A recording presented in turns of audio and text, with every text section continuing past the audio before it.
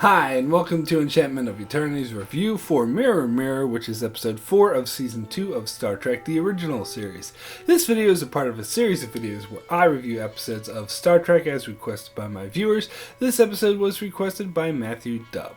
So Mirror Mirror is the episode in which, while Kirk, Scotty, McCoy, and Uhura are down on the planet negotiating with an alien race known as the Hulkans for use of their dilithium crystals, when a dangerous ion storm strikes, so they attempt to beam back to the Enterprise, but a transporter accident occurs that accidentally sends the landing party to a parallel universe where the Enterprise is a part of an evil empire that uses fear and force to rule.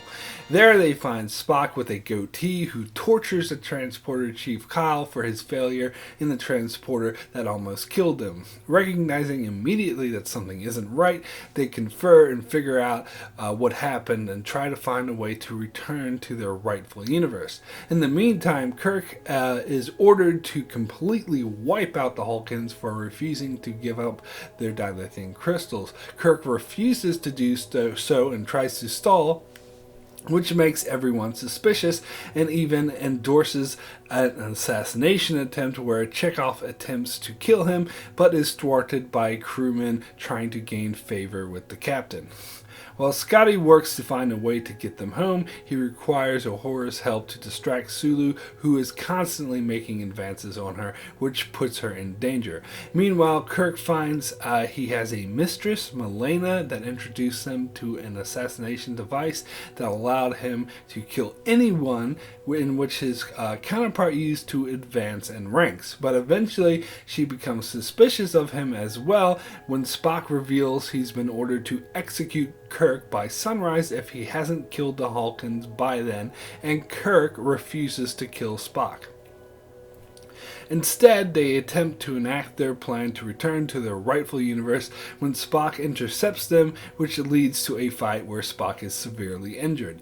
Then Sulu attempts to kill both Kirk and Spock so he can take over as captain, but Milena uses the assassination device to wipe out his men, allowing them to defeat Sulu. She then begs that Kirk take her with them to their universe, but he insists that only 4 of them can return as they plan to go back. McCoy has stayed behind to save Spock's life. Then McCoy was overtaken by Spock, who uses a mind meld to find out what is really going on. He then agrees to send the 4 back to their rightful universe, as he preferred to have his crewmen back. However, before Kirk goes, he tries to convince Spock that peace is the way and their oppressive empire is doomed to failure, and he seems to have gotten through to him, and then they return to their rightful universe where the real Spock awaits them. So, Mirror Mirror is one of those classic, most recognizable episodes of the original series and has had a big impact on pop culture. This was the first major mainstream parallel universe story where we encounter evil versions of the main character, but it wasn't the last. There have been many parallel universe stories done throughout popular science fiction, including all 4 Star Trek spin-offs and shows like The X-Files, Stargate SG-1, and it was the main plot for several shows including Sliders and Fringe, and there were even a few movies about parallel universes such as The One, Sliding Doors, and Another Earth. In fact, I even remember seeing some of the cartoons I watched as a kid in the 80s doing Mirror Mirror type episodes.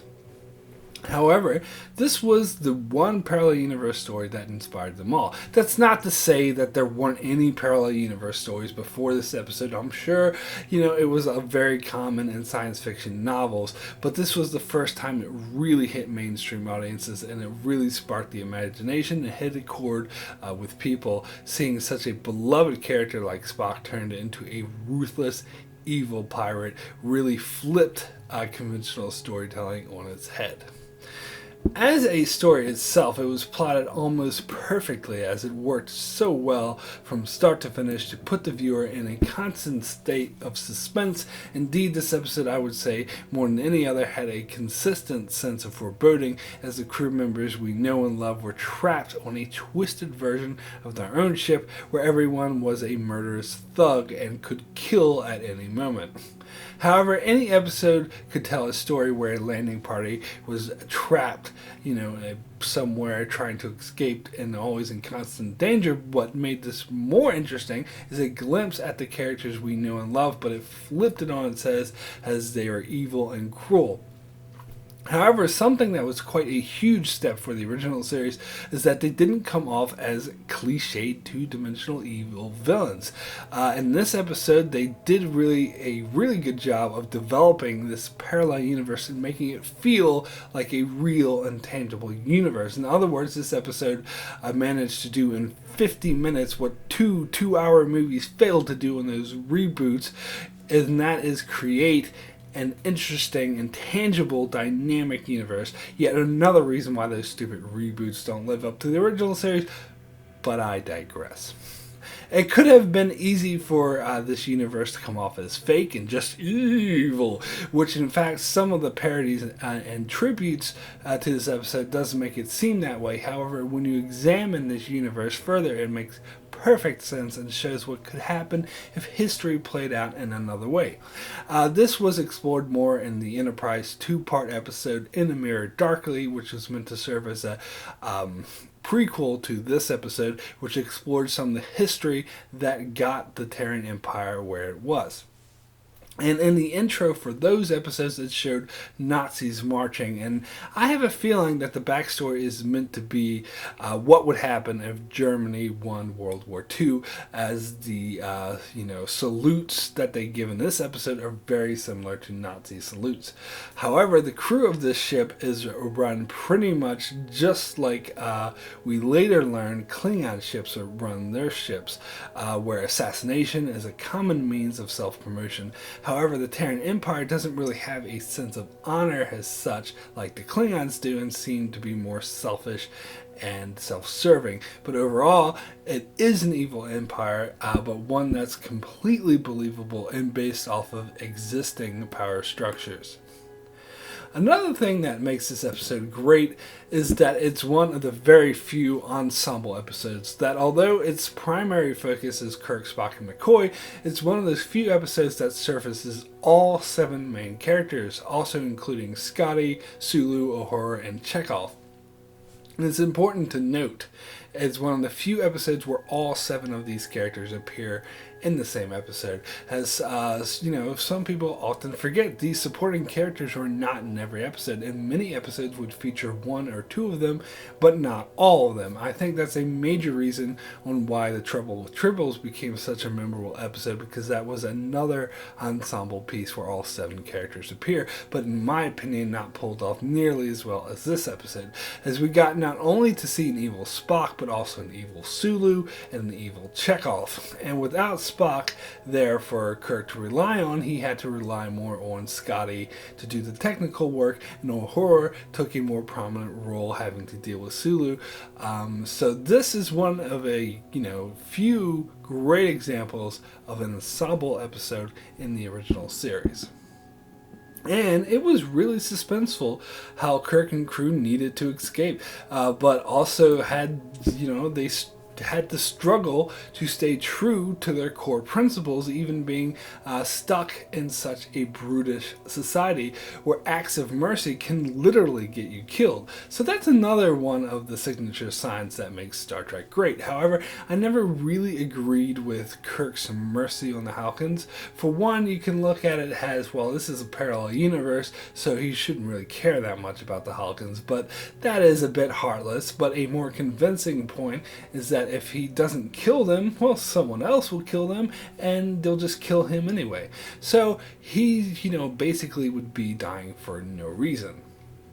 But don't misunderstand me here. I'm not saying that I don't buy it, because I totally do.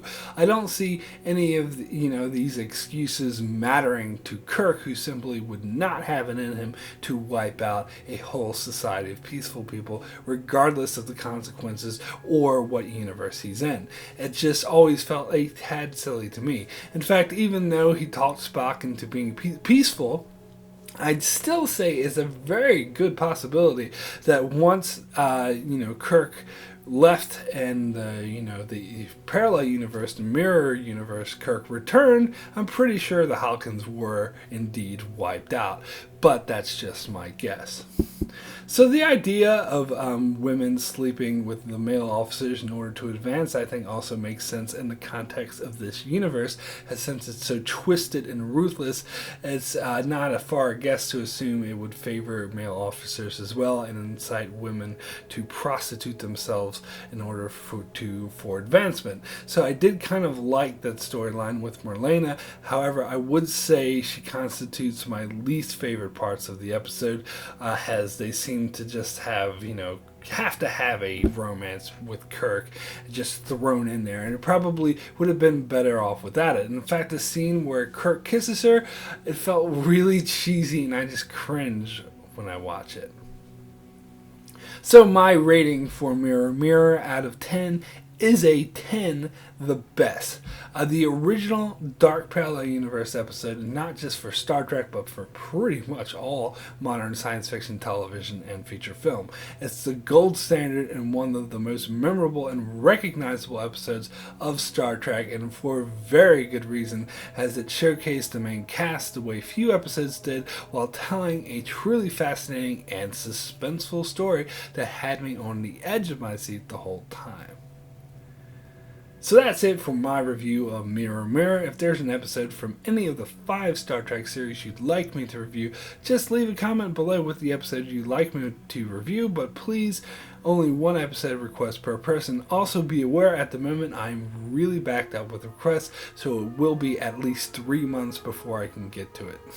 But also be sure to check out my channel for many more Star Trek videos, as well as many more videos on shows like Game of Thrones, Mr. Robot, and Dark Matter, and make sure to subscribe so you can keep up with all of that. Thanks a lot for watching.